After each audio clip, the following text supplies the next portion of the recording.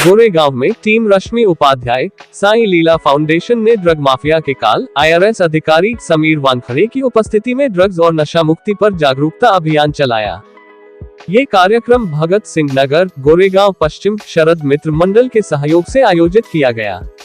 समीर वानखेड़े द्वारा आम लोगों के प्रश्नों एवं शंकाओं का बहुत ही सरल शब्दों में उत्तर दिया गया।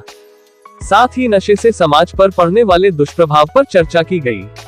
बागोर नगर के वरिष्ठ पुलिस निरीक्षक अनिल ठाकरे भी मौजूद रहे और उन्होंने स्थानीय लोगों को नशे से मुक्ति दिलाने का भी वादा किया।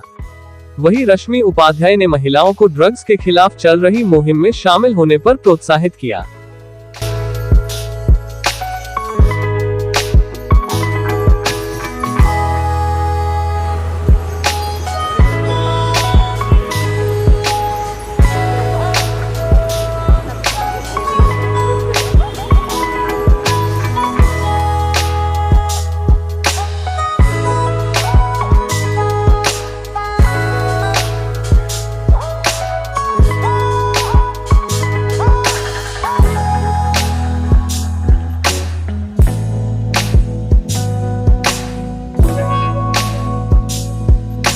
लेते हैं।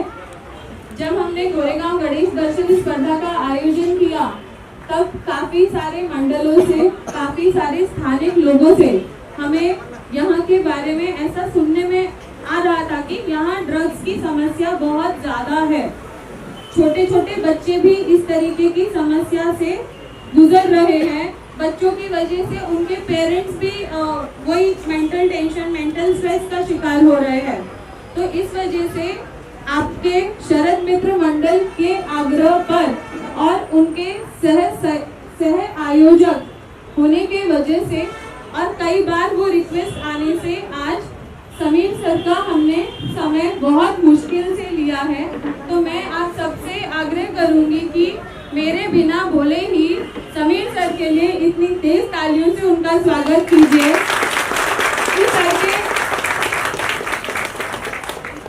Thank you so much sir. Sharad Mitra Mandal और साई लीला फाउंडेशन की तरफ से मैं आपका हाथ जोड़कर नमस्कार करती हूँ कि आप हमें जेन्युइनली बहुत सपोर्ट करते हैं। और ये जो एक समस्या है जो अब ऐसा ना हो कि घर घर में घुस जाए, तो उस पे अवेयरनेस और हमको किस तरह से सर साथ दें, तो इस वजह से सर आज मार्गदर्शन करेंगे। मैं चाहूँगी आवाज कुछ प्रतिशत ठीक नहीं आ रहा है। आप लोग ने लगता नाश्ता नहीं किया होगा। वंदे मातरम। अच्छा, जैसा मैडम ने कहा, तालियों से मुझे खुशी नहीं होती है। मुझे जब खुशी होगी अगर आप लोगों ने ये पेडलर और सप्लायर लोगों को खदेड़ के आपके एरिया से बाहर निकाले, तब मुझे खुशी होगी। सर आवाज वाला मुझे जब रश्मि जी ने न्योता दिया है कि हर संडे के दिन, मैं अभी फिलहाल चेन्नई में मेरी पोस्टिंग है, चेन्नई में कार्यरत हूँ, तो सैटरडे संडे मुंबई में रहता हूँ मेरे बच्चों के पास में। तो इसके लिए इस कारणवश मैंने उनसे ये निवेदन किया है कि आप सिर्फ सैटरडे या संडे कार्यक्रम रखें। प्रत्येक सैटरडे संडे जो इलाके जहाँ पर ड्रग्स से प्रभावित चीज़ें ज़्यादा एक्टिविटी है तो वहाँ पर रखिए। तो इसी पहली श्रृंखला में ये इलाके में यहाँ पर जो एरिया जवाहर नगर, भगत सिंह नगर, तो भगत सिंह नगर का जो पहला इलाका है तो उन्होंने टारगेट किया था। अभी जब मैं एनसीपी में था यहाँ पर, तो लोखंडवाला, ओशिवारा, गोरेगांव, जोगेश्वरी, यहाँ पर काफ़ी ऑपरेशंस किया। ऑपरेशंस का मतलब कार्रवाई की है। और यहाँ पर मैंने ये पाया है कि आपके इलाके में एक ड्रग्स है जिसे कहते हैं MD, मेफेड्रोन। तो शायद आप लोगों ने सुना होगा, हमारी माओ ने नहीं सुना होगा, बेचारे उनको नहीं मालूम होगा क्या है ये। जो युवक हैं, जो मुझे जो यूथ दिख रहे हैं, उनको पता होगा कि यहाँ पर सबसे बड़ा इशू है MD का। दूसरा इशू है गांजे का। गांजा भी जो प्रॉब्लम है, लोखंडवाला, अंधेरी, आपका इलाका जोगेश्वर, यहाँ पर भी धड़ल्ले से मिलता है इलीगल का। सब कोशिश करते हैं, एनसीबी कोशिश करती थी, लोकल पुलिस भी कोशिश करते हैं, लेकिन मैं ये बताना चाहूँगा आपको कि इस प्रॉब्लम से जो ड्रग्स का इशू है, ये अभी जो माताएं हैं, बहनें, उनको ज़्यादा आइडिया नहीं है अभी फिलहाल इस बारे में। लेकिन मैं ये आपको बताता हूँ कि इसको आज नहीं रोकेंगे हम लोग, तो ये हर घर घर में घुस जाएगा।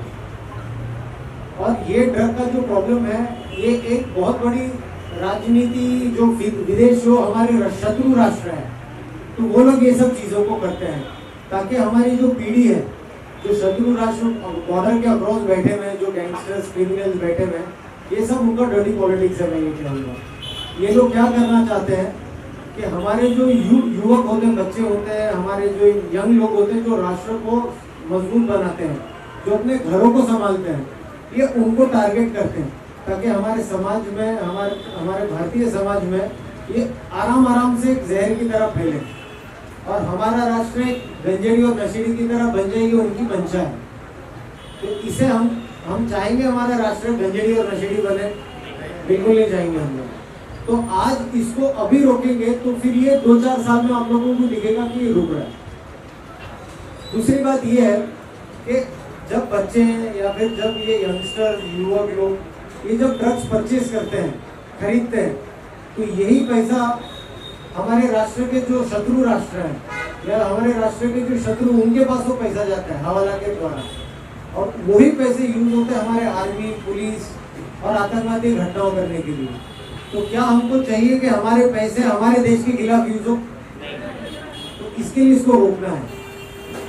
इसको रोकना, अगर आम जनता को या फिर आम लोगों को ऐसा लगता होगा कि इसे रोकने के लिए सिर्फ पुलिस सक्षम है, एनसीबी या बाकी के जो लॉ एनफोर्समेंट एजेंसी ये सक्षम है, कुछ हद तक आपका मानना सही है, लेकिन पुलिस या फिर लॉ एंड ऑर्डर का काम है इसे रोकना, इसके ऊपर सबसे ज्यादा केस करना, लेकिन इससे अकेले ड्रग्स का रोक नहीं होगा। अगर आप ये चाहोगे कि सिर्फ पुलिस या फिर लॉ एनफोर्समेंट एजेंसी अगर काम करे तो अकेले उनसे नहीं होगा। इसके साथ में होता है अवेयरनेस। जो आज ये छोटा सा जो कार्यक्रम रखा है इसे कहते हैं अवेयरनेस। तो ये दोनों साथ में चलना चाहिए, तभी ये ड्रग्स का प्रॉब्लम रुकेगा। अगर आप ये कहोगे कि सिर्फ अवेयरनेस करो और लॉ एनफोर्समेंट नहीं होगा, केसेस नहीं होगा, तो वो भी सक्सेसफुल नहीं होगा। तो लॉ एनफोर्समेंट प्लस अवेयरनेस जो हम लोग ये कार्यक्रम कर रहे हैं, ये दोनों साथ में जाएंगे तभी ड्रग्स का इशू होगा, खत्म हो जाएगा। अभी जैसा मैंने आपसे कहा है, सीनियर पीएस अभी आए हैं, उनको भी पता होगा कि इस इलाके में एमडी और गांजा का बहुत जोरदार प्रचार है। अभी आप भी एक यूनिफॉर्म न पहनते हुए सिविल में पुलिस हो, आप लोग भी, हमारी माताएं भी सिविल में पुलिस है, आप लोग का भी दायित्व बनता है। अभी जैसा कि आपके इलाके में आप लोग, जैसा अभी गांव में जैसा ग्राम पंचायत होता है, तो यहाँ पर भी आपका एसोसिएशन होगा, यहाँ पर भी काफ़ी सारी एनजीओज हैं, रश्मि जी भी चलाती है। अभी हमारे मित्र जो इन्होंने कहा, मुझे पता चला ये भी यहाँ पर समाज कार्य में काम करते हैं।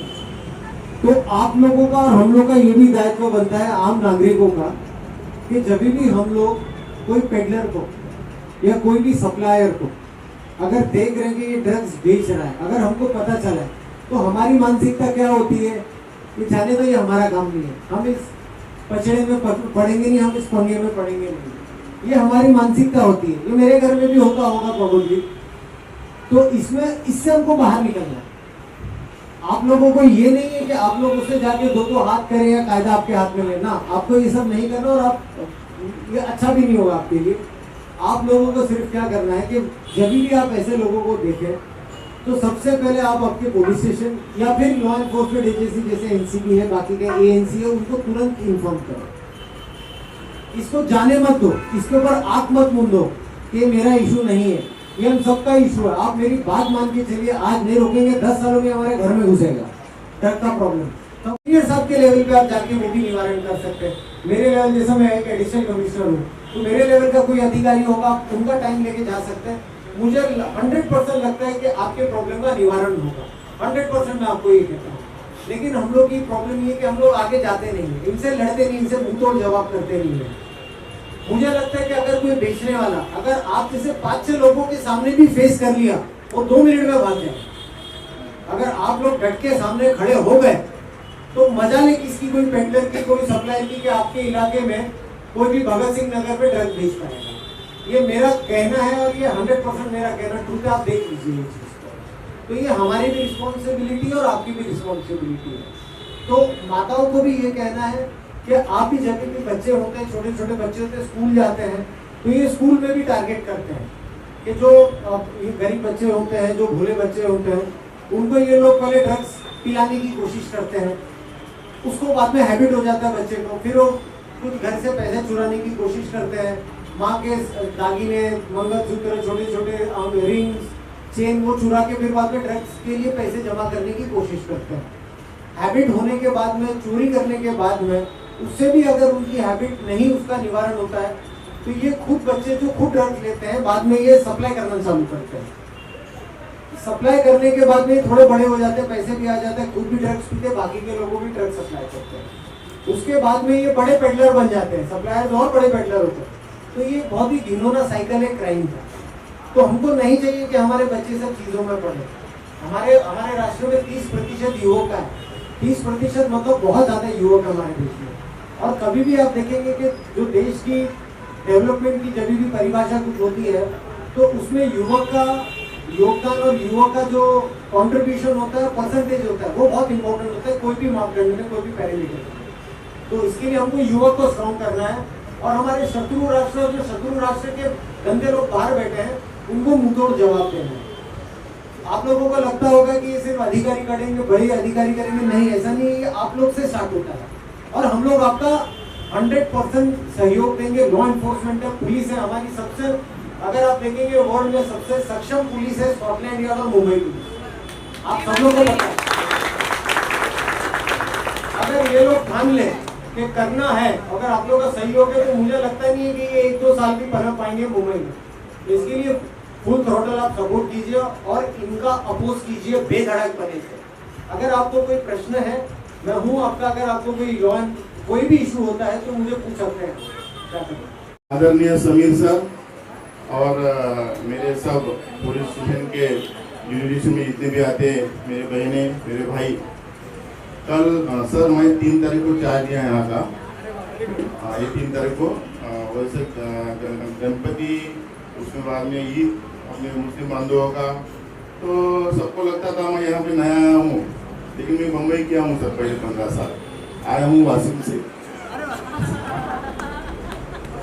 तो कहने की बात यह है, तो श्रद्धा मैडम मेरे यहाँ ये लेके आई कि सर हमारे को कल के लिए परमिशन चाहिए। तो फिर मैंने वो पत्रक पढ़ा, उसमें समीर सर का नाम देखा, अरे मतलब मैं कल आऊँगा। मैं सर 3 तारीख को यहाँ का चाय लिया, अभी तक घर नहीं गया हूँ, मैं रहता हूँ वसई में। तो आज संडे को मुझे जाना था, बेटी का फोन आया था, पापा ये संडे को तो आएंगे। तो बेटा बहुत इंपॉर्टेंट काम है, देशभक्ति का काम है। बोले कौन सा काम है? तो बोले जो नशा मुक्ति के लिए हमारे बड़े साहब समीर वानखेड़े साहब आ रहे हैं, तो मुझे पब्लिक को भी शेयर करना है। तो मैंने सर घर की परमिशन ली और आज का दिन मेरा संडे इधर रहेगा। कहने का मतलब ये है बहनों कि हम जिस घर से आए हैं, हम देहात में रहते थे, तो स्कूल में ऐसा पता नहीं चलता था नशा क्या होती है, उस जमाना था वो। फिर जब 11वीं 12वीं में आए तो पेपर में पढ़ते थे सर, हेरोइन 1.5 करोड़ की हेरोइन पकड़ी गई। तो हमको ये भी पता नहीं चलता हेरोइन किसको बोलते और हेरोइन किसको बोलते। तो हमको लगता था 1.5 करोड़ की हेरोइन, हमको लगता था हीरोइन ही पकड़ी। तो कौन सी हीरोइन है भाई ये 2 करोड़ की? तो जया प्रदा तो नहीं है, माधुरी दीक्षित तो नहीं है, या पूनम ढिल्लों तो नहीं है, जो मेरे जमाने की हीरोइन थी। बाद में जब काजोल की एंट्री हुई, तब तक हम ग्रेजुएशन हो चुके थे, तब पता चला था हीरोइन कौन है, हीरोइन कौन है। कहने का मतलब ये है मित्रों, अपने गांव में खेड़े में तंबाकू चलता है और थोड़ा बहुत गांजा चलता है, चरस चलता है, ट्रक वाले लेते हैं, लेकिन ये हीरोइन, एमडी, ये देश को कितना खोखला बना रही है ये बाद में पता चलता है। ये नशा जो करते हैं अपन, ये सिर्फ तुम्हारे शरीर के लिए नहीं है, ये अघोषित युद्ध है देश के लिए।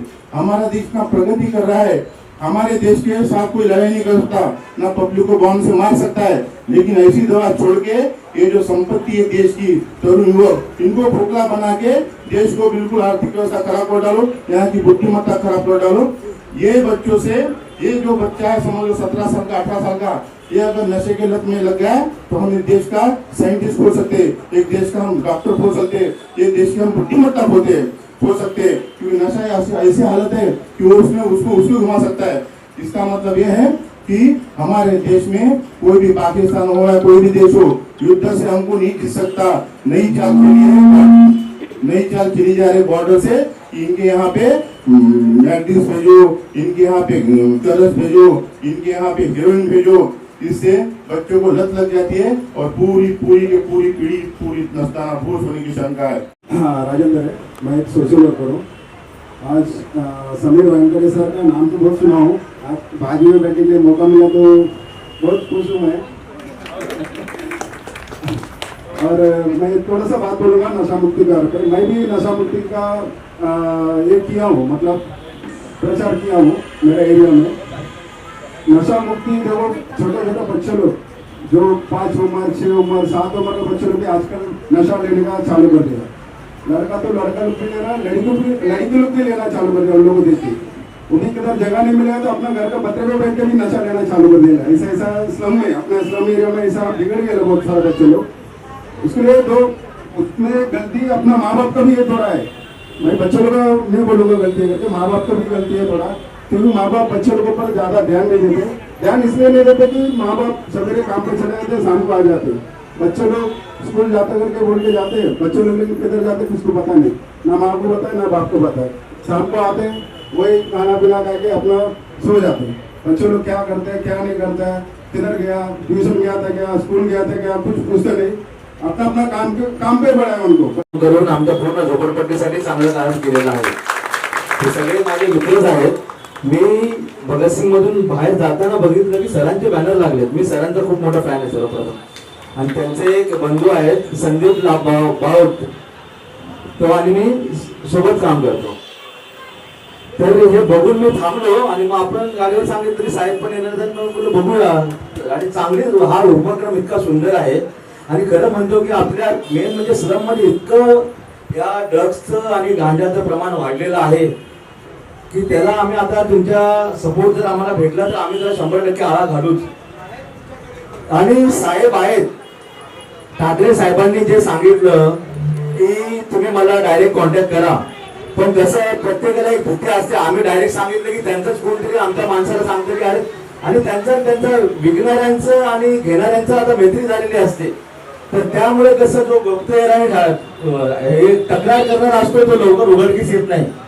आता तुम्ही जे सांगितलं असे आपले उपक्रम जे आहेत, मला तुम्ही 2-3 वेळा आणखीन टाइम द्या।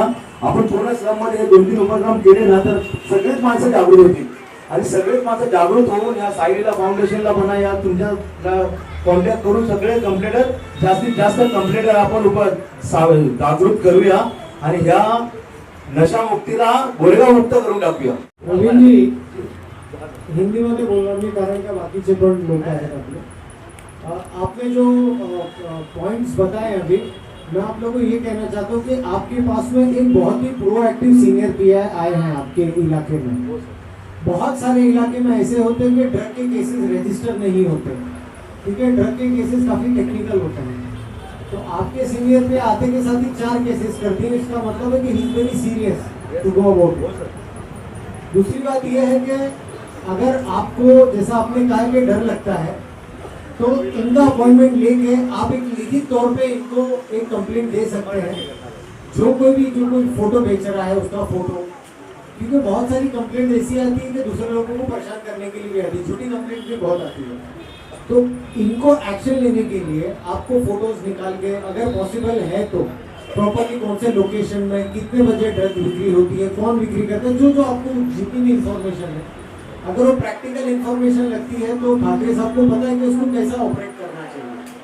दूसरी बात है, ठाकरे साहब तुम्हारा है कौन सांगतो मी, क्या बेसिकली क्या होता है प्रॉब्लम्स, जब भी आप कार्रवाई करते हैं पुलिस तुरंत कार्रवाई करती है, हम लोग एनसीपी में भी जब थे तभी भी कार्रवाई करते हैं, लेकिन ये जो ड्रग बेचते हैं या फिर इसको सप्लाई करते हैं छोटे छोटे इलाकों में, इनके पास में बड़ी क्वांटिटी नहीं होती है, छोटी क्वांटिटी होती है, इंटरमीडिएट क्वांटिटी होती है, 5 ग्राम 10 ग्राम 50 ग्राम मैक्सिमम आपको मिलेगा। तो ऐसे लोगों को भी डील करने के लिए हमारे पास में प्रोविधान है जो बहुत कम एजेंसी या फिर कम पुलिस अधिकारी यूज करते हैं, उसे कहते हैं पिट एनडीपीएस, जैसा हमारा प्रिवेंटिव डिटेंशन होता है। तो अगर एक बार कोई करके पकड़ जाता है, उसको सपोज बेल हो जाती है तुरंत, नेक्स्ट डे छोटी क्वांटिटी में, अगले दिन या 10-15 दिन के बाद में बेल हो जाती है, वो फिर से धंधा स्टार्ट करता है। तो अगर दूसरी बार भी करता है तो उसके लिए प्री एनडीपीएस का प्रावधान होता है, आप उसको 1 साल जेल में रख सकते हैं। सर, ये DHS में आया है बरोबर है and you are the right person to start with that. ये जो कार्यक्रम करते हैं ना, नाच गाने के, गणपति बाप्पा मोरया, गणपति बाप्पा चले जाते हैं, दुर्गा माता आएंगी वो चले जाएंगी, ये 9 दिन इसके मिलते हैं, 10 दिन गणपति बाप्पा के मिलते हैं। अगले साल रहूंगा तो गणपति बाप्पा को बोलता सब मंडल को, ये कार्यक्रम अपने अपने गणपति मंडल का ऐसा सामाजिक कार्यक्रम रखिए जिसमें वो कार्यक्रम बच्चे से जुड़ा है, फैमिली से जुड़ा है, समाज से जुड़ा है। और दुर्गा मंडल वाले होंगे यहाँ पे कोई, तो उनको भी बोलता हूँ ये कार्यक्रम रखेंगे तो मैं परवानगी दूंगा, नहीं तो परवानगी नहीं दूंगा।